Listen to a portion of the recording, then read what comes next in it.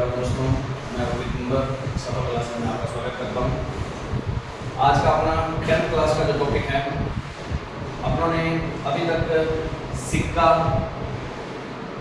या कॉइन अपने बोले तो पासा, जिसको अपने डाइस बोलते हैं, इन पर बात कर ली है। इनसे रिलेटेड क्वेश्चनों पे अपनों ने बात कर ली है, किस किस टाइप से क्वेश्चन बन सकते हैं। ठीक है, अब जो बात करने वाली अपनी रह गई है वो है ताश, जिसको अपने बोलते हैं कार्ड्स। ठीक है, तो ताश में कुल पत्तों की संख्या कितनी होती है? ताश में कुल पत्तों की संख्या कितनी होती है? 5। कितनी होती है? पता है ताश में कुल पत्ते कितने होते हैं? 5 होते हैं। ठीक है, अब कौन कौन से होते हैं सभी को पता है? यदि ताश अपने घर पे यदि तुमने खेली हो तो कौन कौन से पत्ते होते हैं अपने को ये बारे में पता होना चाहिए। तो 52 कौन कौन से होते हैं ये अपने देखते हैं कौन कौन से होते हैं। तो 52 पत्तों को 2 हिस्सों में बांटा जाता है। 52 है, उसको 2 हिस्सों में बांटेंगे। 26 तो होंगे ब्लैक, काले, और 26 ही होंगे रेड, यानी कि लाल। टोटल है, टोटल कितने? 52। उसमें से 26 तो काले रंग के और 26 ही लाल रंग के होते हैं। ठीक है, अब बात करते हैं 26 काले और 26 लाल। अब 26 को भी 2 हिस्सों में बांटो। 13 मारे 2 हिस्से और बांट लो। ठीक है जी, तो इसमें जो 13 पत्ते, एक तो होते हैं हुकुम के। हुकुम बना होता है इस तरीके से, ऐसे करके ऐसे का निशान, ब्लैक कलर में होते हैं ऐसे। ठीक है, उन पे ये निशान बना होता है। और सबसे पहले बोलते भी हैं हुकुम के पत्ते हो गए, फिर दूसरे आगे चिड़ी के पत्ते। चिड़ी भी ब्लैक कलर में होती है, उसका इस तरीके से बना होता है सिंबल सा, उसके ऊपर ये निशान लगे होते हैं। ठीक है, ध्यान रखना, ये इसके सिंबल होते हैं ताश के अंदर, हर पत्ते के ऊपर ऐसे करके। ये दोनों तो ब्लैक कलर में होते हैं। रेड कलर में एक होता है ईंट का पत्ता। ईंट हमारी इस तरीके से होती है, ईंट का पत्ता होता है। और दूसरा हमारा पत्ता होता है पान का। पान हमने खाया होगा, हार्ट शेप में जो होता है वो पान होता है। ठीक है, तो ये दोनों तो किस कलर के होते हैं? लाल कलर के, और ये दोनों काले कलर के होते हैं, चिड़ी के। ठीक है, अब वही बात, ये 13 पत्ते सभी के होते हैं। सभी का मतलब अपने बात करें, इक्का, एक के पत्ते होते हैं, इसको इक्का बोलते हैं। अपने भाषा में इसको दुक्की, टिक्की, चौकी, पंजी, छिक्की, सत्ती, अट्ठी, नहला। कौन सा इसको नाम दिया जाता है के हिसाब से? नहला। फिर 10 को अपने बोलते हैं दहला। कितना हो गया? ये 10 पत्ते तो ये हैं, और अपने तो कितने? 13। 13 3 पत्ते और होते हैं। अब वो 3 पत्ते कौन से होते हैं? मैं अलग से और लिखता हूँ उनको। एक होता है गुलाम, जिसको अपने जोकी बोलते हैं, जोकी J4 से। एक होता है बेगम, बेगम को अपने क्याउट और क्वीन से बोलते हैं। एक होता है बादशाह, बादशाह को अपने किंग। ये 13 पत्ते होते हैं। इन तीनों को मैंने अलग क्यों लिखा है? क्योंकि इन तीनों के ऊपर तस्वीर बनी होती है। क्या बनी होती है? तस्वीर वाले पत्ते होते हैं। इन तीनों पे जे, क्या और के पत्तों पर क्या बनी होती है? तस्वीरें बनी होती है। बाकी किसी पर तस्वीरें नहीं होती। ठीक है, तो ये ताश के ये 13 पत्ते, सेम यही 13 पत्ते इसमें भी होंगे, इसके भी होंगे, इसके भी होंगे, सेम 13 पत्ते। इसी तरीके से ये सारे टोटल मिलके कितने हो जाते हैं? 52 हो जाते हैं। अब इस पूरी चीज को दिमाग में रखने की बजाय यदि तुम घर पे अपने जाके ताश देखो ना, तो ताश से ये चीजें बहुत अच्छी क्लियर हो जाती हैं। इसीलिए खेल के रूप में ताश का खेलना भी जरूरी है। आप जब होंगे ना तो ये चीजें बहुत इजी बन जाती है क्वेश्चन के रूप में। ठीक है, तो फिर भी मैंने बता दिया कि इस तरीके के अपने 52 पत्ते होते हैं ताश के अंदर। अब इन पे क्वेश्चन बनेंगे। क्वेश्चन क्या बनते हैं वो देखते हैं। पहली बात तो ये नॉर्मल सी जो भी चीजें हैं दे रखी है अपने को, तो इस पे क्वेश्चन क्या क्या बन सकते हैं। सबसे पहला क्वेश्चन जो बन सकता है वो क्या है, एक क्वेश्चन इस तरीके से बन के आएगा, एक ताश को अच्छी प्रकार से फैंटी लगाया जाता है। फैंटी मतलब मैं इस तरीके से फैंटी लगाते हैं ना, तो फैंटी लगाया जाता है तो उसमें से एक पत्ता यादृच्छा निकाला जाता है। यादृच्छा इस तरीके से एक नाम आएगा, इसका मतलब होता है बिना देखे। इसका मतलब क्या होता है, मतलब एक पत्ता निकाला है, यादृच्छा निकाला मतलब बिना देखे निकाला है। ठीक है, 52 पत्तों में से एक फैंटी लगाई और फैंटी लगाने के बाद उसमें से एक पत्ता निकाला। अब निकाला गया पत्ता इक्का होने की प्रायिकता, निकाला गया पत्ता इक्का होने की प्रायिकता। तो इक्का होने की प्रायिकता, प्रायिकता का सूत्र क्या होता है, अनुकूल परिणामों की संख्या बटे में कुल परिणामों की संख्या। ठीक है, एक फॉर्मूला होता है हमारे पास। तो कुल कितने हैं हमारे पास पता है, कुल कितने हैं 52, क्योंकि ताश में कुल पत्तों की संख्या कितनी होती है 52। और अनुकूल, अनुकूल किसके देख रहे हैं, इक्के के। अब इक्के, इसके अंदर भी एक इक्का आ रहा है, इसके अंदर भी आएगा, इसके अंदर भी आएगा, इसके अंदर भी आएगा, तो कितने हो गए इक्के 4। तो 4 इक्के होते हैं 4/52, उसको काटेंगे तो आगे 1/13। समझ आ रही बात, इस तरीके से क्वेश्चन बन सकता है। और अपने बात करें क्वेश्चंस पे, सेकंड क्वेश्चन अपने बनाना चाहे तो लाल रंग के पत्तों की प्रायिकता या लाल रंग का पत्ता होने की प्रायिकता। कुल परिणाम तो कितने 52 और लाल रंग के पत्ते कितने पूरी ताश में 26। वेरी गुड, लाल रंग के कितने टोटल 26, 1/2, तो 26 गुना कितना होता है 52 होता है। समझ आ रही बात। ऐसे ही लाल रंग के तस्वीर वाले पत्ते, लाल रंग का तस्वीर वाले पत्ता होने की प्रायिकता। कुल परिणाम तो कितने 52। अब देखो तस्वीर वाले पत्ते लेने हैं और वो भी कौन से, ये 3 है ना तस्वीर वाले पत्ते, ये तीनों इसके अंदर भी आएंगे, चिड़ी में भी होंगे, ईंट के भी होंगे और पान के भी होंगे। अब देखो टोटल यदि तस्वीर वाले पत्तों की बात करें अपने तो कितने होंगे 3 3 3 3 12 हो जाएंगे। पर तीनों में वो 4 12 मिलके तो कौन कौन से हैं, काले और लाल दोनों मिलके है ना। और अपन ने किसकी पूछी लाल रंग की, तो लाल रंग के कितने होंगे 6। वेरी गुड, 6 कितना हो जाएगा 3/26। समझ आई बात, इस तरीके से आंसर निकल जाएगा। ऐसे अपने पूछे तस्वीर वाला पत्ता होने की प्रायिकता, तस्वीर वाला पत्ता होने की प्रायिकता। कुल परिणाम तो 52, तस्वीर वाले टोटल कितने 12। वेरी गुड, तस्वीर वाले 12, 6/26, आगे काटेंगे तो 3/13। समझ आ रही बात, काटना आता है। ठीक है, फिर इसके बाद अपने बात करते हैं हुकुम का पत्ता होने की प्रायिकता। हुकुम का पत्ता होने की प्रायिकता।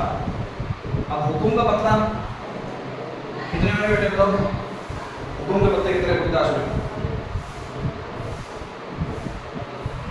13। वेरी गुड, 13/52, 1/4, क्योंकि हुकुम के पत्ते अपने को पता है कितने 13 पत्ते हैं। समझ आ रही है, वेरी गुड। अब बात करते हैं ईंट की बेगम होने की प्रायिकता। ईंट की बेगम होने की प्रायिकता 52 तो बटे में आना नहीं कुल परिणाम।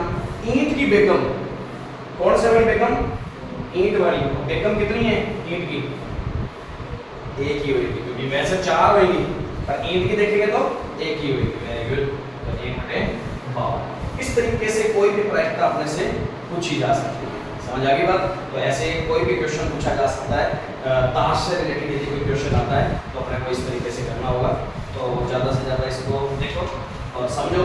तो अपने 3 ही प्रयोग मेनली इंपॉर्टेंट थे।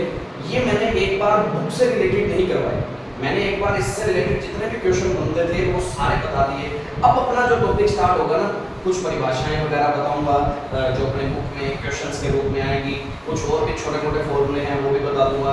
अब इसके बाद अपना बुक का मैटर स्टार्ट करेंगे, ठीक है? तो ये ताश से रिलेटेड ये चीज़ें हो सकती हैं, ऐसे क्वेश्चन पूछे जा सकते हैं और भी पूछे जा सकते हैं बनाने को।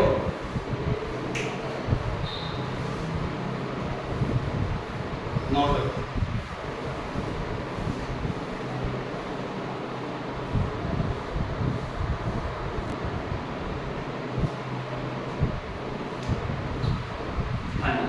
अब इसके बाद अपने जो मेन टॉपिक थे सिक्का, कॉइन जो था, डाइस था और ताश था, कार्ड्स जो भी थे, ये 3 टॉपिक अपने इंपॉर्टेंट रहते हैं, ठीक है? अब इसके बाद कुछ बातें बताता हूँ तुम्हें मैं जो अपने चैप्टर स्टार्ट करने से पहले एक बार, ताकि तुम्हारे आगे वाले क्वेश्चन भी आराम से हो जाएं। फिर इसके बाद सिर्फ बुक के क्वेश्चन रह जाएंगे, फिर उसको करना स्टार्ट करेंगे कैसे करना कैसे नहीं। तो सबसे पहले एक लाइन लिखता हूँ मैं, उस लाइन को साथ साथ में नोट कर सकते हो और उस बात का मतलब भी समझना, पहले समझना फिर नोट करना। किसी घटना, अब ये घटना बोल दो चाहे किसी प्रयोग बोल दो, अब ये प्रयोग और घटना होती क्या चीजें वो मैं तुम्हें थोड़ा सा बता देता हूँ। जैसे अपने ने एक सिक्का उछाला तो ये हमारा एक प्रयोग है, ये हमारी एक घटना ही है। और घटना क्या है कि मान लो उस पर कुछ तो आएगा वो घटना हो जाती है। तो प्रयोग क्या किया, सिक्का उछाला, और घटना क्या हुई, उस पर कुछ भी घटना हो सकती है, ये भी एक घटना ही बोलते हैं उसको। पासा फेंका ये भी एक घटना है, ताश में से एक पत्ता निकाला ये घटना है, थैले में से कोई गोली निकाली ये भी घटना है। ये सारी अपने घटना ही है, ये अपना प्रयोग ही कर रहे हैं, ठीक है? तो किसी प्रयोग या घटना के सभी संभव परिणामों की प्रायिकता का योग एक होता है। कितना होता है? एक होता है, ठीक है जी? ये हिंदी में एक क्वेश्चन 1 नंबर में अपना बन के आ सकता है कि किसी भी घटना या किसी भी संबंधित संभव परिणामों का, किसी भी घटना या किसी भी प्रयोग के जितने भी संभावित परिणाम हैं उन सभी की प्रायिकताओं का योग कितना होता है? 1 होता है। इस तरीके से क्वेश्चन आ सकता है रिक्त स्थान के अंदर, ठीक है? अब इसी को मैं एक चीज के रूप में फॉर्मूले के रूप में बनाता हूँ। मान लो मेरे पास ए घटना थी, ठीक है? ए घटना थी या कोई ई घटना थी, कोई भी नाम ले सकते हैं वैसे तो। कोई ए घटना थी, अब उसके संभव परिणाम क्या हो सकते हैं? या तो वो घटना घटित होगी या वो घटना घटित नहीं होगी। 2 ही कंडीशन बन सकती है, 2 ही संभव परिणाम बन सकते हैं। तो घटना घटित होने को तो अपने ए से रिप्रेजेंट कर रहे हैं और उसकी प्रायिकता को ऐसे लिखा जा सकता है शॉर्ट। इसका मतलब क्या है? प्रोबेबिलिटी ऑफ घटना ए के घटित होना, ठीक है? तो ए का मतलब है घटना ए घटित हो रही है, और दूसरी क्या है? ए नहीं, ठीक है? ए नहीं का मतलब क्या है? घटना ए घटित नहीं हो रही है और उसकी प्रायिकता। ई का मतलब है प्रायिकता उसकी। अब उन्होंने यही बात लिखी, किसी भी घटना के जितने भी संभव परिणाम बन रहे थे, तो संभव परिणाम 2 ही बन रहे थे, या तो घटना घटित होगी या घटना घटित नहीं होगी। तो उन दोनों की प्रायिकताओं का, संभव परिणामों की प्रायिकता का योग हमेशा कितना होता है? 1 होता है। अब कई बार क्या होता है कि पेपर में ए नहीं ना लिखा हो, ऐसा भी लिखा मिल सकता है। ए बार, ए नहीं को ए बार से भी लिख सकता है, तो भी कोई घबराने वाली बात नहीं है। कई बार ए बार की बजाय ए डैश भी लिख सकता है, तो भी कोई घबराने वाली बात नहीं है। तो इस तरीके से कोई भी फॉर्मूला जो भी जैसा भी तुम्हें क्वेश्चन के अंदर दिया हो वैसा रूप बना के लिख सकते हैं और इस पे डिपेंड क्वेश्चन बन जाता है अपना। समझ आ गई बात? तो ये क्वेश्चन इस तरीके का है। अब कोई जरूरी नहीं है ए ही हो, कई बार ई लिख देता है, कई बार एफ लिख देगा, कई बार कुछ लिख देगा, कुछ भी लिख सकता है उसकी जगह पे, ठीक है ना? तो अपने इस पे एक एग्जांपल कर लेते हैं, अपना एक एग्जांपल कर लेते हैं कि पी ए बराबर में 0.25, पी ए का मान दे रखा है 25, तो वो कहता है पी ए नहीं ज्ञात कीजिए, पी ए नहीं ज्ञात कीजिए। तो अपने नॉर्मल सी बात है, पी ए का मान हमें पता है, पी ए प्लस, अपना दिमाग अपने आप काम करने लग जाना चाहिए कि इसमें ये वाला सूत्र लगेगा, ठीक है? ये वाला सूत्र लगेगा, क्योंकि ए और ए नहीं दोनों दिख रहे हैं, या ए डैश लिखा होता या ए बार लिखा होता तो भी अपने यही लगाते हैं। ठीक है, तो बी ए का मान हमें दे रखा है, ए नहीं का मान हमें निकालना है, तो बी ए नहीं यहाँ का वैसे पड़ा है, बराबर में 1 पड़ा है, ये प्लस में था उधर जाके माइनस में हो जाएगा, तो 0.25। अब घटाना आना चाहिए सभी को, घटाना आता है, घटाना नहीं आता तो भी बता देता हूँ, क्योंकि पॉइंट ये बिना पॉइंट वाली संख्या है, ये पॉइंट वाली संख्या है, तो पॉइंट के बाद यहाँ कितने अंक हैं 2, तो यहाँ पर भी पहले 2 अंक बना लो। यदि किसी के साथ कोई भी अंक नहीं है ना पॉइंट में, तो पॉइंट लगाया और उसके साथ उतनी जीरो लगा ली, ठीक है, क्योंकि पॉइंट के बाद जीरो का कोई भी महत्व नहीं होता, अकेली जीरो पड़ी है तो कोई महत्व नहीं है। और पॉइंट के नीचे पॉइंट लगाया, उसमें से घटाना क्या था, ये चीज। अब 0 में से 5 गए 5, और ये 9 में से, और इस तरीके से इसको घटा के आंसर निकाला जा सकता है। इस बात में कोई प्रॉब्लम? तो इस तरीके से घटा के कोई भी क्वेश्चन हो सकता है। अब कोई जरूरी नहीं है ऐसे ही लिखा मिले क्वेश्चन हिंदी में भी लिखा मिल सकता है। क्या? किसी एक घटना ए के घटित होने की प्रायिकता 0.25 है या 0.25, वैसे तो पॉइंट के बाद कोई भी अंक होता है तो उसको अलग अलग बोला जाता होता है, 0.25 मैथ का रूल यही बोलता है। तो किसी घटना के ए के घटित होने की प्रायिकता 0.25 है, तो उस घटना के नहीं घटित होने की प्रायिकता ज्ञात करें। ऐसे ना लिख के हिंदी में लाइन लिख देगा तो मतलब तो समझ आएगी क्या, ए के घटित होने की प्रायिकता दे रहा है और ए के नहीं घटित होने की प्रायिकता निकालनी है, तब भी सूत्र यही लगाना है। बात समझ आ रही? तो इस तरीके से इस पे डिपेंड क्वेश्चन अपने कर सकते हैं। अब इतनी बात होने के बाद ये फॉर्मूला इंपॉर्टेंट हो गया, इस फॉर्मूले से रिलेटेड कोई भी क्वेश्चन आ रहा तो अपने कर सकते हैं, और 1 नंबर का क्वेश्चन बनने के चांस रहते भी हैं इसमें, ठीक है ना। कैसा भी क्वेश्चन बन के आ सकता है, चाहे हिंदी में लाइन में आ जाए फॉर्मूले में, चाहे इस टाइप का क्वेश्चन दे दे, 1 नंबर का क्वेश्चन बन के पेपर में 101% आएगा।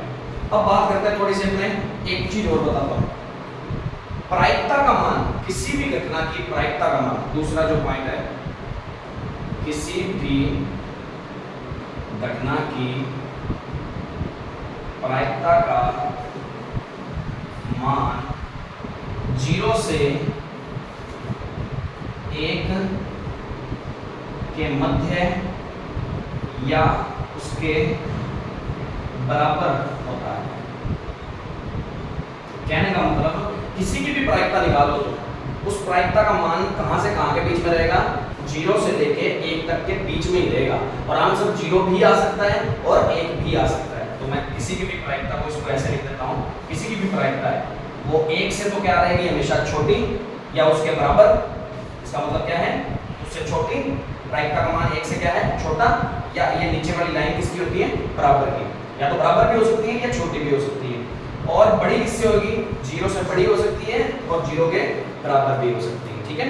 तो प्रायिकता का मान 0 से लेके 1 के बीच में ही रहता है, ठीक है ना, और उनके बराबर भी हो सकता है, ये बात ध्यान रखना। और प्रायिकता का मान कभी ऋणात्मक हो ही नहीं सकता, फिर अपने आप ही नहीं हो सकता, और 1 से ज़्यादा हो ही नहीं सकता, ठीक है ना, क्योंकि प्रायिकता की ये रूल रहते हैं, तो ये चीज़ भी ध्यान देनी है, ठीक है ना। इस चीज़ को नोट कर दो, फिर इसके बाद आगे क्वेश्चन करते हैं।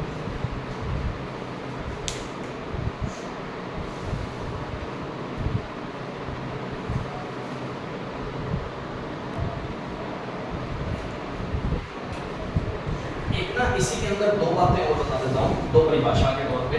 एक तो आएगी निश्चित घटना, हालांकि मैंने पहले भी बताया था निश्चित घटना, ठीक है, और एक होता है अनिश्चित घटना। निश्चित घटना के बारे में पहले मैं बताता हूँ, ऐसी घटना जो घटित होना निश्चित है, मतलब जो बात फिक्स है जो बात कि ये बात तो होगी ही होगी। जैसे मैंने एक एग्जांपल लिया भी था, अपनी बुक का ही क्वेश्चन है कि एक नींबू की गोलियों वाला एक थैला था, तो उसके अंदर से नींबू की गोली निकालने की प्रायिकता, मैंने ऐसा एक एग्जांपल लिया था कि नींबू का ही गोलियों का थैला था, उसमें से नींबू की गोली ही निकलेगी, पता है हमें, फिक्स है कि नींबू की गोली ही निकलेगी, ठीक है ना। तो ऐसी घटना कौन सी होती है, निश्चित घटना होती है। और ऐसी घटना जो घटित होना निश्चित है या फिक्स है, निश्चित घटना कहलाती है। इसकी प्रायिकता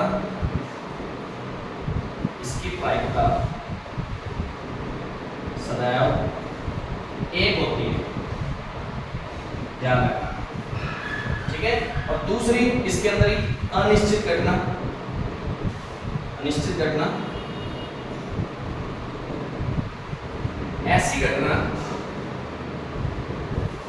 जो घटित ही नहीं हो सकती या जिसका घटित होना संभव ही नहीं है। ऐसी घटना जो संभव ही नहीं है उसको असंभव घटना भी बोल सकते हैं वैसे तो ऐसी घटना जो संभव ही नहीं है, हो ही नहीं सकती, घटित ही नहीं हो सकती, उसको अनिश्चित घटना बोलते हैं। इसकी प्रायिकता सदैव जीरो होती है। जीरो बोल दो, शून्य बोल दो, एक ही बात है। जैसे कि एक ही एग्जांपल वही ले लेते हैं कि एक नींबू के गोलियों वाला थैला था, उसमें से संतरे की गोली बाहर निकाला, क्या निकल जाएगी संतरे की गोली? निकलेगी ही नहीं। हमें पता है ऐसी घटना पॉसिबल ही नहीं है, फिक्स ही नहीं है। तो ऐसी घटना कौन सी होगी? असंभव घटना या अनिश्चित घटना, ठीक है। उसकी प्रायिकता हमेशा कितनी होगी? फिर उस टाइम पे जीरो होगी। और जो बात फिक्स है कि ये चीज होनी है, नींबू की गोलियों वाला थैला है, तो उसमें से नींबू की गोलियां ही निकालने की प्रायिकता निकालनी है, तो वो कौन सी घटना अपने आप में निश्चित ही है और उसकी प्रायिकता कितनी होगी? हमेशा एक होगी। समझ आ रही बात? तो इस चीज से रिलेटेड अब अपने जो क्वेश्चन करेंगे उसके क्वेश्चन करेंगे।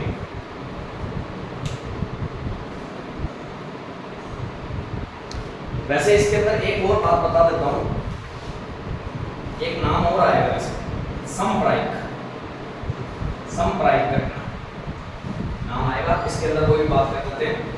ऐसी घटना है जिनकी घटित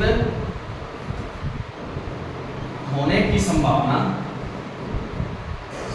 या प्रायिकता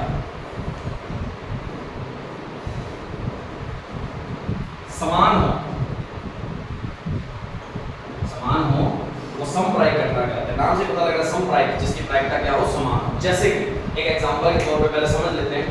मैंने एक प्रयोग किया, प्रयोग मेरा था कि मैं एक आम आदमी हूँ और मैंने ना गाड़ी चलाना है। चलो मैं एक बहुत अच्छा ड्राइवर हूँ, तो मैं गाड़ी चलाना चाहता हूँ, तो मेरी गाड़ी स्टार्ट मैं कर रहा हूँ, तो क्या गाड़ी स्टार्ट होगी? क्या गाड़ी स्टार्ट होगी? मैं गाड़ी चलाना जानता हूँ, जैसा भी है नॉर्मल है, मैं गाड़ी चला रहा हूँ, गाड़ी स्टार्ट कर रहा हूँ, तो गाड़ी स्टार्ट होगी कि नहीं होगी?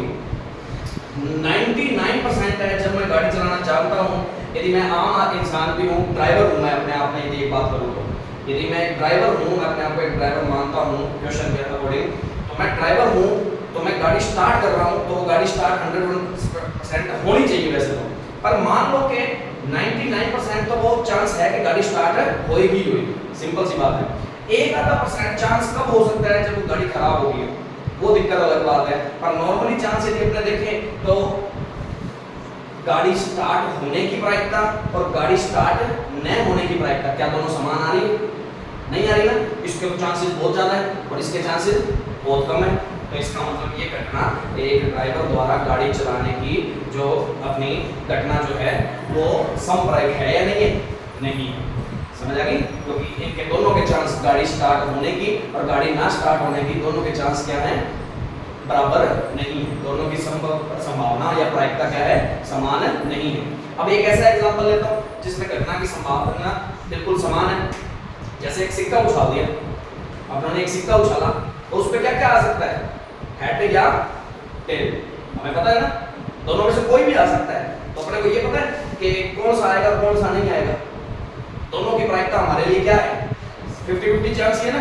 जहां 50-50 चांस है ना किसी भी परिणाम के, दो हिस्सों के परिणाम के 50-50 चांस है ना, तो वो कंडीशन हमेशा क्या होगी? समप्रायिक घटना के अंदर आएगी हमेशा। ठीक है। जैसे एक और अपने लेते हैं, एक परिवार में जन्म लेने वाले बच्चों का लड़का या लड़की होने की घटना। अब अपने को क्या पता कि उसके घर पे लड़का होगा या लड़की होगी? कोई पता नहीं है ना। तो दोनों ही हो सकती हैं हमारे लिए, तो वो दोनों चांस क्या है? 50-50 ही है। तो 50-50 वाली कंडीशन में हमेशा वो घटना क्या रहती है? समप्रायिक घटना मानी जाती है। बाकी अदर कोई भी कंडीशन है, जैसे अपने एक एग्जांपल और लेते हैं कि मैं एक नॉर्मल इंसान हूँ और मेरे को बास्केट में बॉल डालनी है, तो क्या मैं पहली बार में डाल दूंगा क्या? यदि मैं नॉर्मल एक इंसान हूँ और पहली बार में डालने की कोशिश कर रहा हूँ, तो ऐसा चांस तो वो किस्मत अच्छी हो तो बात अलग है, किस्मत का खेल नहीं खेलना, वो एक अलग छोड़ना है। तो नॉर्मली अपने डालने की कोशिश करते हैं तो 10-15 बार डालेंगे तब जाके कोई एक बार डलती है। ऐसा ही होता है ना कि 10-15 बार डालने की कोशिश करते हैं तब जाके कोई एक बार डलती है। कोई खिलाड़ी हो तो बात अलग है, यदि नॉर्मल बात कर रहे हैं कि हाँ भाई एक व्यक्ति द्वारा बास्केट में डाले जाने वाले बॉलों की संख्या की घटना साम्प्रायिक है या नहीं है, तो ऐसा कुछ है तो अपने को पता है कि 14 तो हमारी बाहर गिरेंगी, एक जाके कोई पड़ेगी, ऐसा ही होना है। तो ऐसी चीज क्या है, एक के चांस तो 14 है और एक के चांस 1 है, तो क्या साम्प्रायिक है? नहीं है, तो ऐसी घटना साम्प्रायिक नहीं मानी जाएगी। तो इस तरीके से कुछ भी एग्जांपल हो सकते हैं, अपने बुक के अंदर भी होंगे तो उस तरीके से अपने आराम से कर सकते हैं। तो इसको नोट कर लेना कि परिभाषाओं के तौर पे भी पूछी जा सकती है।